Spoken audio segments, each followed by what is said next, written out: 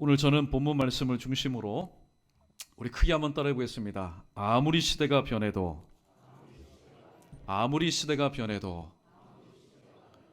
아무리 시대가 변해도라는 제목으로 말씀을 전하도록 하겠습니다. 생일을 맞이하게 되면 누가 가장 기뻐할까요? 생일을 맞은 자녀들이 가장 기뻐합니다. 철없을 때의 이야기죠. 내가 생일인데 부모님이 오늘 나에게 무엇을 챙겨주실 것인가 잔뜩 기대합니다. 사실 태어날 때 한 것 아무것도 없는데 생일이 되면은 부모님이 나에게 무엇을 해주실 것인가 잔뜩 기대를 합니다. 그러나 철이 들고 보니까 생일을 맞이하게 되면은 나를 오늘 이 땅 가운데 또 태어나게 하신 그 부모님의 은혜가 너무나 크다는 사실을 깨닫게 되고, 생일이 되면은 자기 자신을 챙기기보다는 오히려 나를 위해서 정말로 수고하신 부모님, 특별히 어머니를 위해서 챙기는 그런 천일된 행동을 하게 됩니다. 여러분, 73주년을 맞이하는 저희 연희교회, 우리 모두는 오늘 또 하나님 앞에, 하나님, 저희 73주년이 대로 이렇게 잘 성장했는데 하나님, 이 해에는 또 무엇을 우리에게 주시렵니까? 마치 철없는 아이처럼 하나님 앞에 달라고 무엇인가를 주시라고 오늘도 기도하며 또 하나님 앞에 서 있는 저와 여러분 되지 마시고, 오늘 이처럼 하나님 베푸신 은혜에 감사하여 여러 가지 73년 동안에 크고 많은 여러 가지 많은 어려움이 있었지만은 여기까지 도우신 하나님의 은혜를 기억하며 감사 찬송하며 주님 앞에 오늘도 예배합니다. 오늘 예배에 나오신 여러분을 주님의 이름으로 환영하고, 73주년을 맞이하는 오늘 이 시간에 주시는 하나님의 말씀을 붙잡고 하나님께서 또 어떻게 저희 연희교회를 73년을 원점 삼아서 이끄실지 오늘 말씀의 질을 함께 나누며 은혜 받는 저 여러분 우리 모두 되기를 주님의 이름으로 축원합니다. 10년이면 강산이 변한다라는 얘기가 있습니다. 그러나 지금은 10년이면 강산이 한 번 변하는 것이 아니라 수십 번 변하는 그런 급변하는 시대에 우리는 살아가고 있습니다. 조변 석기의 시대를 살아가는 것이 아니라 초변 분계, 분마다 초마다 상황이 판도가 달라지는 그런 시대를 우리는 살아가고 있습니다. 이런 말이 있습니다.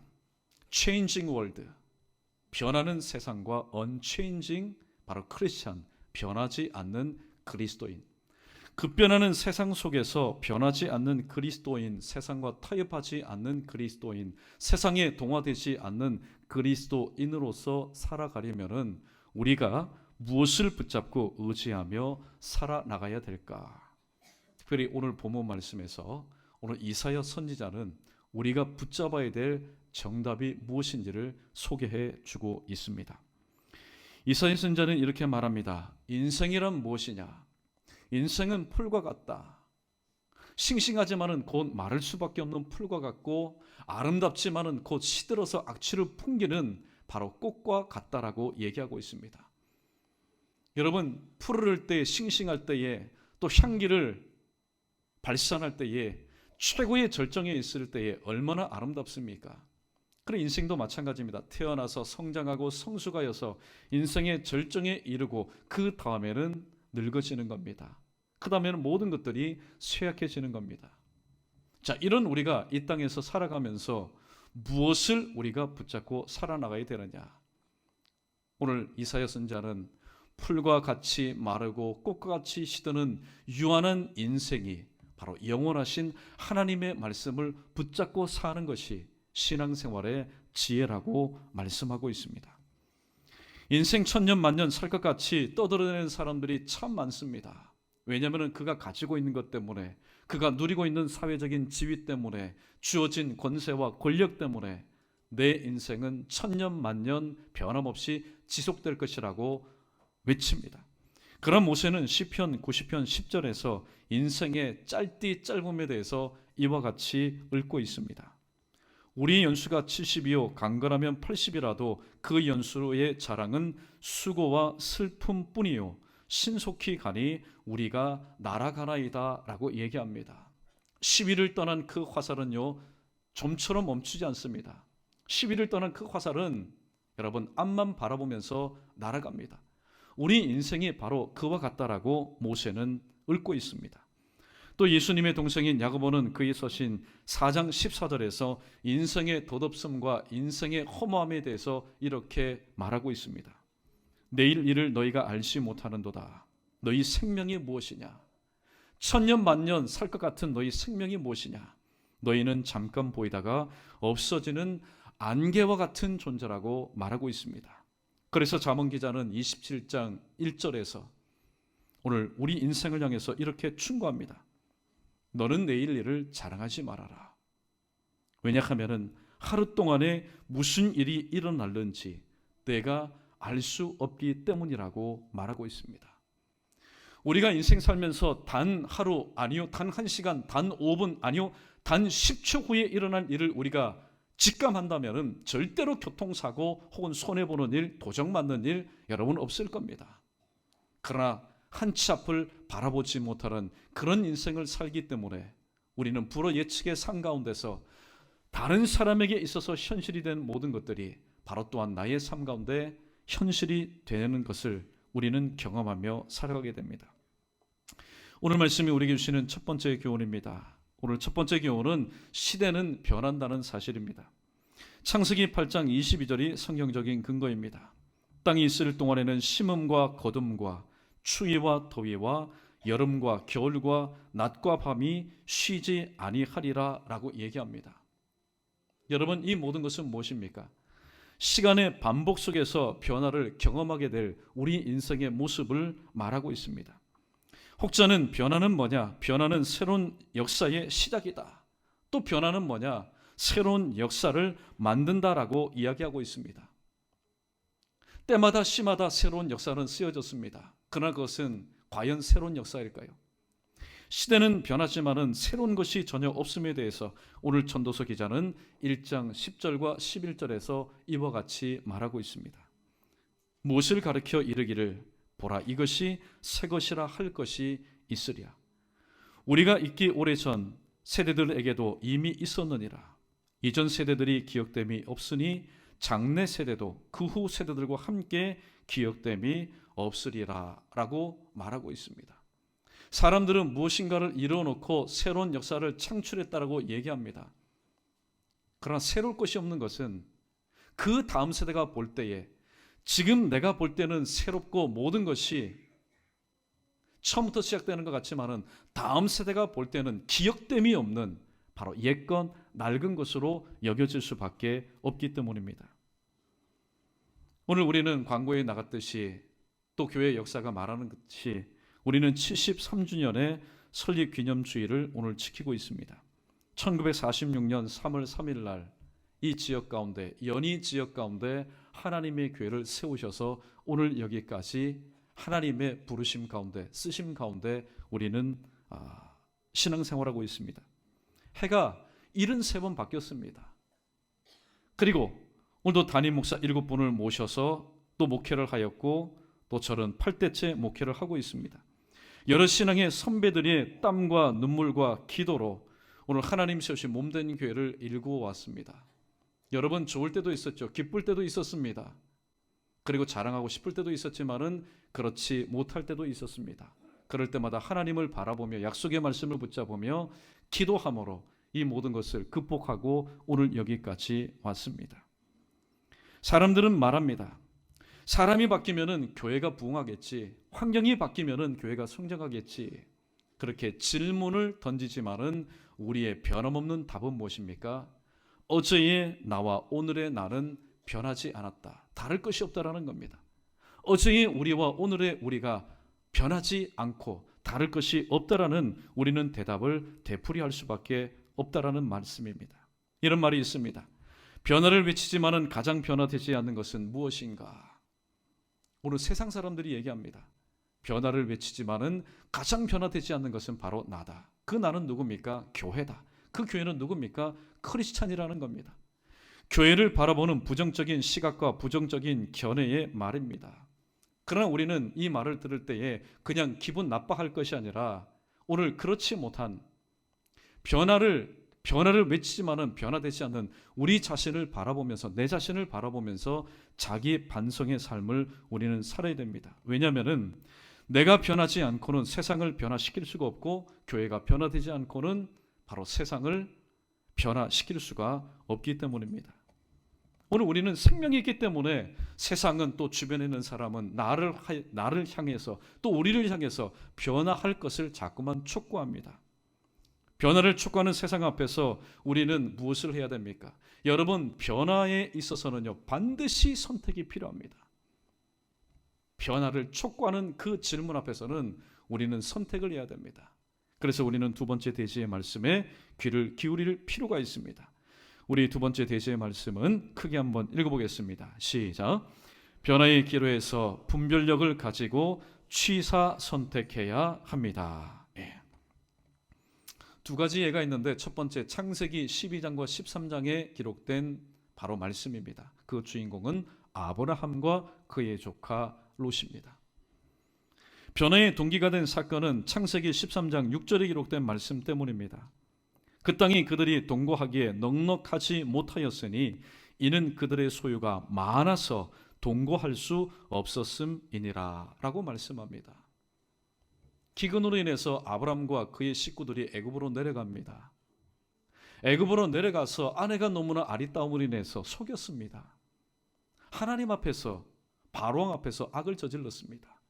그러나 하나님은 이 아브람이 저지른 악을 선으로 갚으셔서 나중에 출애굽할 때에, 제1차 출애굽할 때에 바로왕의 은혜를 입어서 그가 가지고 갔던 모든 소유보다도 더 풍성한 소유를 얻어서 나오게 되었습니다. 그런데 어느 것도 무엇인가도 내가 관리할 수 있고 나의 모든 능력에 한계에 있을 때는 절대로 문제가 생기지 않습니다. 그런데 그 소유가 너무나 많아지기 때문에 목자, 즉 아브라함의 목자와 이 롯의 목자가 서로 다투기 시작하였습니다. 모양새가 우습습니다. 덕스럽지 못하였습니다. 그래서 아브라함이 그의 롯을 불러서 선택권을 줍니다. 네가 우하면은 내가 좌할 것이다. 네가 좌하면은 내가 우할 것이다. 평상시에 오늘 나름대로 그 청춘의 마음 가운데 품고 있었던 인생의 계획, 인생의 꿈을 한번 펼쳐보겠다. 롯은 어떻게 하였습니까? 롯은 물이 풍부한 요단들을 택하였습니다. 그러나 반면에 그의 상촌 아브라함은 어떻게 하였습니까? 변화의 시기, 변화의 시점에 선택을 하였는데 아브라함은 창세기 12장 4절에 기록된 말씀처럼 이에 아브라함이 여호와의 말씀을 따라갔고 하나님의 말씀을 믿고 따라갔습니다. 그러나 그의 조카 롯은 창세기 13장 11절 말씀처럼 그러므로 롯이 요단 온들을 택하고 모든 것이 부족함이 없는 그 상황을 보고 요단의 온들을 택하였다라고 말씀하고 있습니다. 여러분, 저와 여러분 우리 모두에게는 변화의 그런 시점이 분명히 왔었고 지금도 오고 앞으로도 올 것입니다. 변화의 기로에 서 있을 때 우리는 선택을 해야 됩니다. 그 선택할 때 우리는 분별력이 있는 취사 선택을 해야 되는데 오늘 아브람과 롯은 긍정적인 의미에서의 또 부정적인 의미에서의 취사 선택의 예를 우리에게 보여주고 있습니다. 여러분, 이 수많은 소유를 가지고 있었던 이 아브람, 왜 물이 있는 곳이 좋다라는 사실을 몰랐겠습니까? 그럼에도 불구하고 아브람은 지금 당장에 저 요단들을 택하지 않으면은 내 목자들도 마찬가지고 나의 모든 소유물도 어렵다는 사실을 알고 있었지만은 이 아브람은 갈 바를 알지 못하고 떠났던 사람이었습니다. 바랄 수 없는 중에도 바라고 하나님의 약속의 말씀을 믿고 따랐던 바로 사람이었습니다. 그러므로 지금 당장에는 나의 삶 가운데 유익될 것이 없다 할지라도 하나님께서 나를 붙들어 주셔서 지금의 모든 상황을 발판 삼고 밑거름 삼고 또 디딤돌 삼아서 더욱더 나은 곳으로 하나님께서 인도하여 주실 것이라는 믿음이 있었기 때문에 오늘 아브라함은 바로 see the unseen, 보이지 않는 것을 보는 그 믿음을 가지고 하나님의 말씀을 쫓아 나갔습니다. 그러나 오늘 현실주의적이었던 이 롯은 어떡합니까? 당장에 물이 있는 그 요단 들녘을 택했습니다. 목자들에게 얼마나 존경을 받았는지 모릅니다. 우리 주인의 리더십은 최고입니다. 왜냐하면 당장에 그들 가운데는 물 걱정 없고 더 이상 싸울 일이 없고 스트레스 받을 일이 없었기 때문입니다.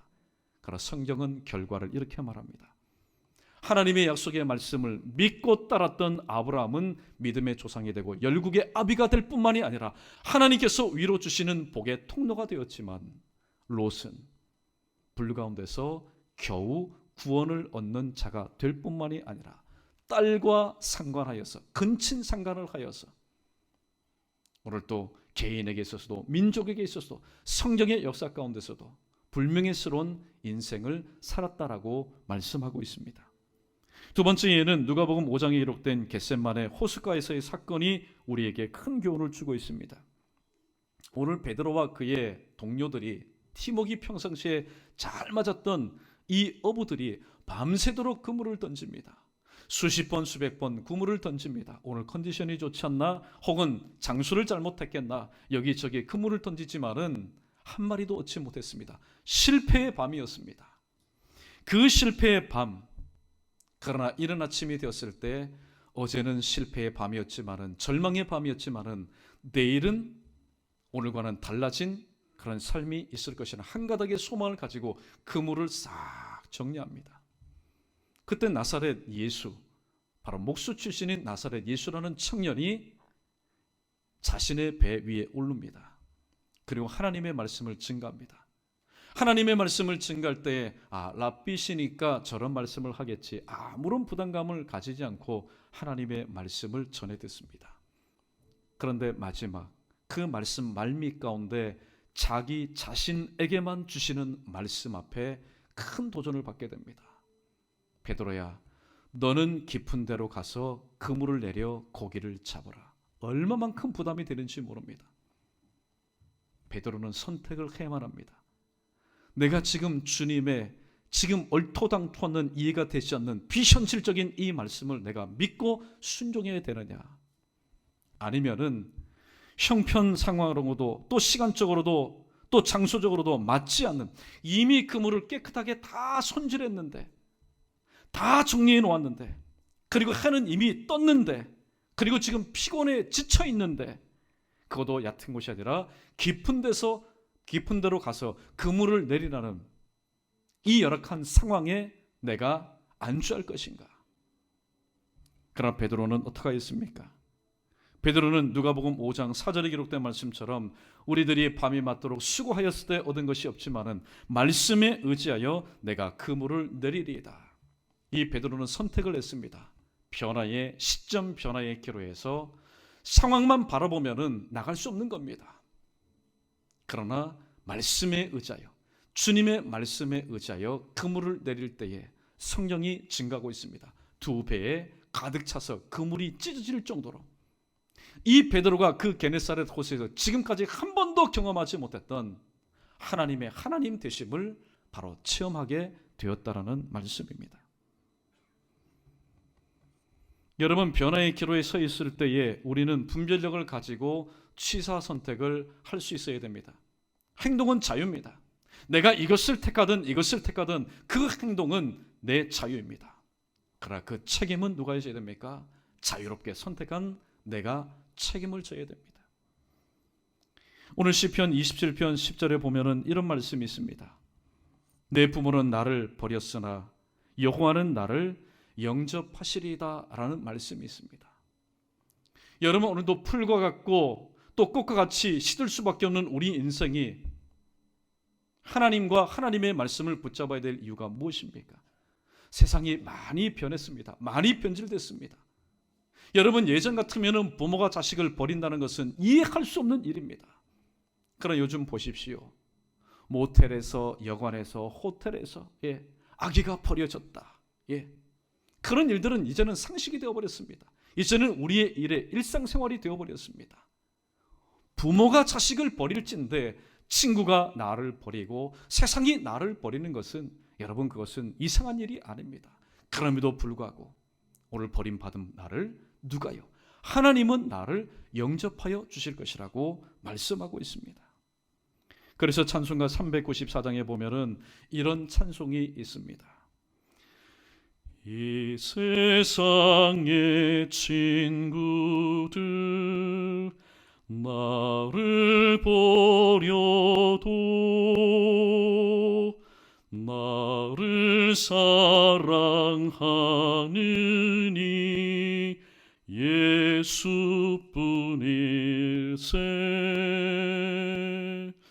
예수 내 친구 날 버리지 않네.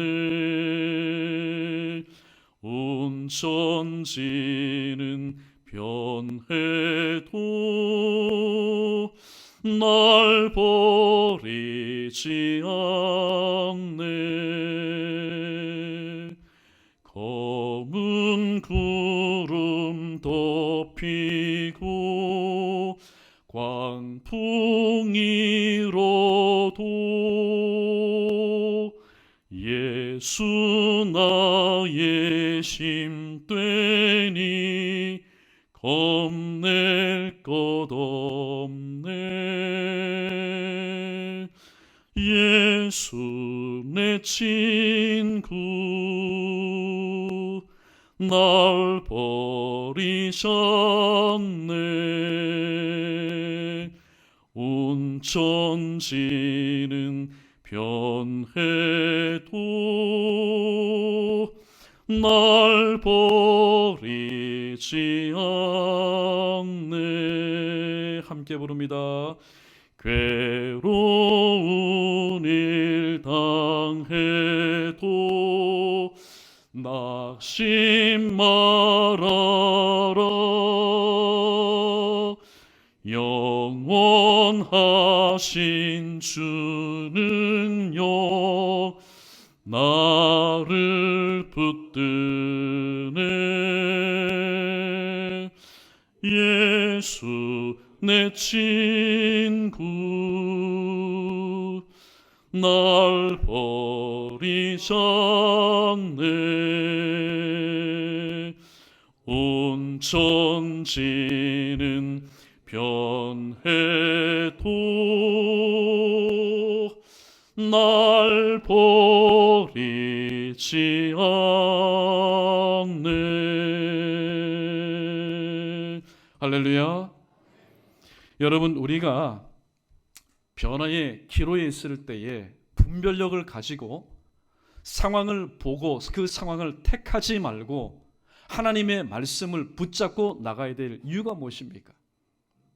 온 세상이 변해도, 이 시대가 변해도, 세태가 변한다 할지라도 오늘도 나의 이 약하디 약한 손을 붙잡아 주시는 주님, 하나님 기분 좋으실 때, 영광 받으실 때는 꼭 붙잡아 주시고, 하나님 영광 가려운 일을 우리가 할 때는 확 놓아주시는 그런 우리의 인간의 성품을 가지신 주님이 아니라 우리의 주님을 향한 사랑이 있고 없음에도 불구하고, 뜨겁고 식음에도 불구하고 상관치 아니하시고 변함없이 우리를 붙잡아 주시는 바로 하나님이시고 그분의 말씀이기 때문에 우리는 변화의 기로에 있을 때에 하나님이 주시는 영적인 분별력을 가지고 롯처럼 넉넉한 상황을 보고 그것을 택할 것이 아니라 아브라함처럼 지금 당장에는 눈에 보이지 않지만은 보이지 않는 것을 보는 믿음의 눈을 가지고 하나님의 약속의 말씀을 믿고 나아가는 저와 여러분, 우리 모두 되기를 주님의 이름으로 축원합니다.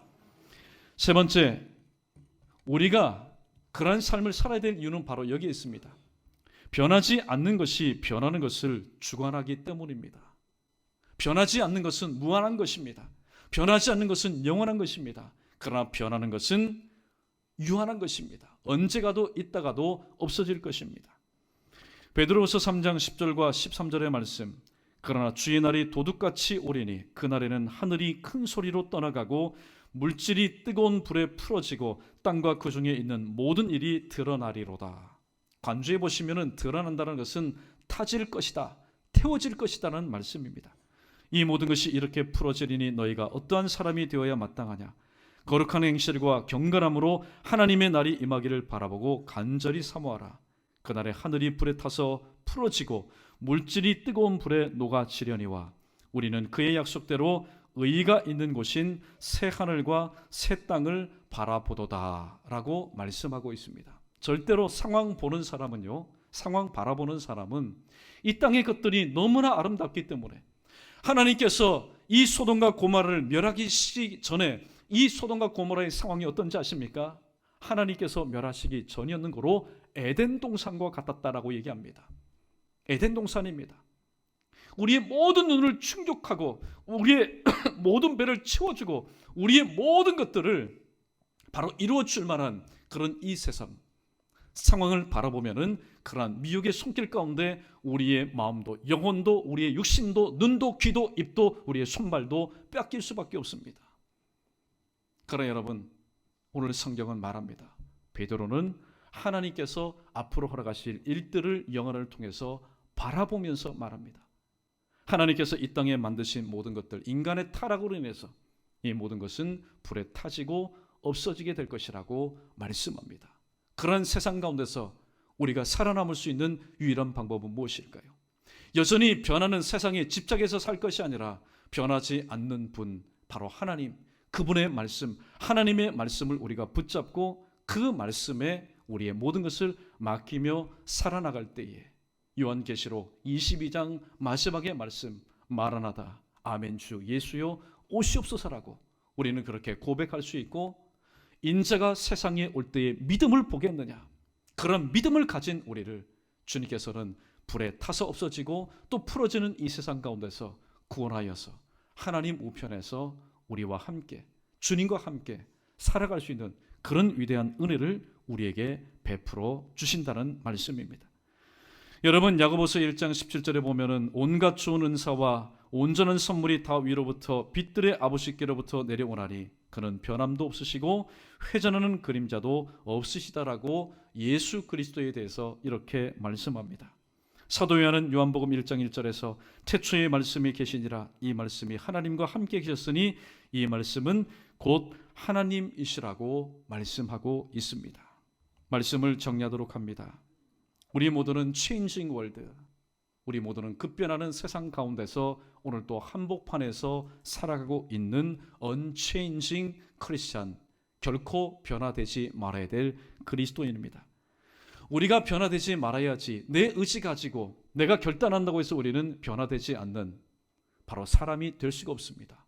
내 안에 변하지 않는 하나님의 영과 바로 그 말씀이 내 안에서 나를 주장할 때에 우리는 명실공히 언체인징 크리스찬, 변하는 세상 가운데서 결코 변하지 않는 그리스도인, 주님의 제자로서의 삶을 우리는 살아갈 수 있습니다.